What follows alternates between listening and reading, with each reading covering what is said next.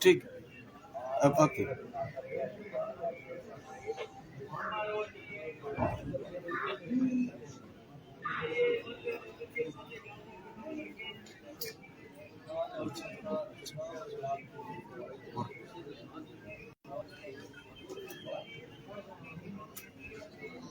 جی اس وقت ہم اسلام آباد ایف ایڈ کچہری میں کھڑے ہیں. جسٹس ہیں یہ عمر شبیر، ان کی عدالت کے باہر کھڑے ہیں، کمرہ عدالت کے باہر.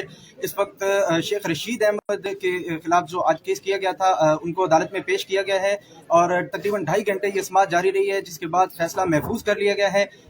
فیصلہ یہ 4:45 پہ سنایا جائے گا. ابھی سے کچھ دیر بعد یہ فیصلہ آئے گا، جس میں حکومت کی طرف سے ان کو شیخ رشید احمد کے 2 روزہ جسمانی ریمانڈ کی استدعا کی گئی ہے، جس پر فیصلہ محفوظ کر لیا گیا ہے، اور سب لوگ اس وقت فیصلے کا انتظار کر رہے ہیں.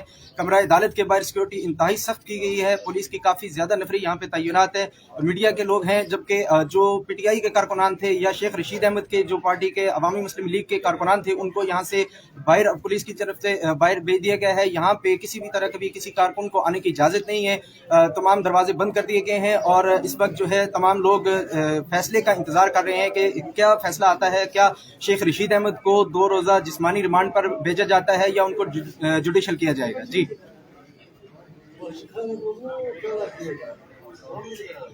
جی زیادہ کہا جا رہا ہے کہ مبینہ طور پر یہ جو فیصلہ ابھی آنے والا ہے، اس کے متعلق کہا جا رہا ہے کہ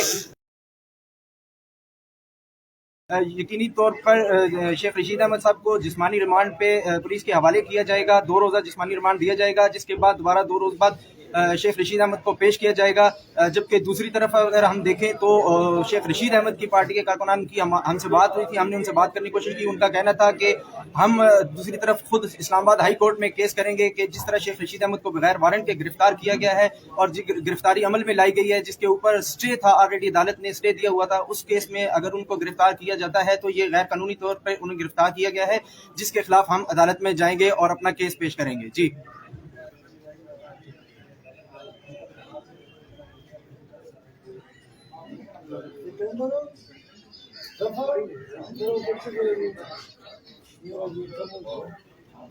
جی بالکل، ہم نے بذات خود اس چیز کا مشاہدہ کیا ہے. یہاں پہ جو کچھ کارکنان آئے تھے، ان کے چہروں پہ اور جسمانی تشدد کے نشانات دکھ رہے تھے. ان سے ہم نے بات بھی کی ہے، وہ بھی ہم اپنے ناظرین کو دکھائیں گے. بظاہر ایسا لگ رہا تھا کہ شیخ رشید احمد درست کہہ رہے ہیں. راجہ راشد حفیظ جو ایکس ایم پی اے ہیں، ان سے بھی ہم نے بات کی ہے. ان کا بھی یہی کہنا تھا کہ لال حویلی میں رات کو جب انہوں نے دیر رات ریڈ کیا تھا، اس میں ملازمین پر جو ریڈ کیا گیا تھا، اس کے حوالے سے ان کا کہنا ہے کہ ملازمین پر تشدد کیا گیا ہے، جس میں ہم نے دیکھا ہے کہ لال حویلی سے ملک فاروق ہیں، جو لال حویلی کے کیئر ٹیکر ہیں، ان کے چہرے پہ جسم پہ تشدد کے نشانات تھے، جن کا ہم نے انٹرویو بھی کیا ہے نیوز الرٹ کے لیے. وہ بھی انشاءاللہ ہم اپنے ناظرین کو دکھائیں گے.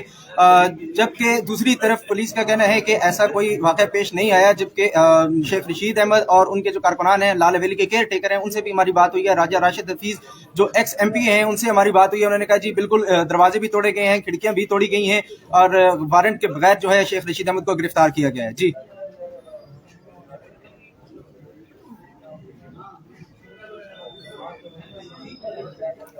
جی یہاں پہ پی ٹی آئی کے بھی کچھ کارکنان آئے تھے. اسلام آباد کے جو ایڈیشنل جنرل سیکرٹری ہیں، سیکرٹری اطلاعات ہیں عامر مغل، وہ بھی صبح تقریباً 2 بجے یہاں پہ آئے تھے. اس کے علاوہ راجہ راشد حفیظ جو ابھی پی ٹی آئی کے کارکن ہیں، وہ بھی یہاں پہ آئے تھے. اس کے علاوہ بھی شیخ رشید صاحب کے اظہر صدیق ہیں، وہ یہاں پہ آئے تھے. قابل ذکر بات میں آپ کو بتاتا چلوں، شیخ جو اظہر صدیق ہیں، یہ لال حویلی کے کیئر ٹیکر ہونے کے ساتھ ساتھ شیخ رشید کے بہت قریبی ساتھی سمجھے جاتے ہیں. ان کو یہاں پہ دکم پیل کے دوران یہاں پہ سر میں چوٹ بھی آئی ہے، وہ گرے ہیں یہاں پہ، اور ان کا شدید زخمی ہوئے تھے، جس کے بعد وہ بے ہوش ہو گئے تھے. ان کو فرسٹ ایڈ دی گئی تھی اور وہاں سے لے جایا گیا تھا. جبکہ جو پی ٹی آئی کے کارکنان ہیں اور جو مقامی لیڈرشپ ہے لوکل، وہ آئی تھی. اس کے علاوہ شہباز گل بھی یہاں پہ صبح آئے تھے تقریباً 12:30 بجے. وہ اپنے ان کی ایک سماعت تھی، اس کے سلسلے میں یہاں پہ آئے تھے. جی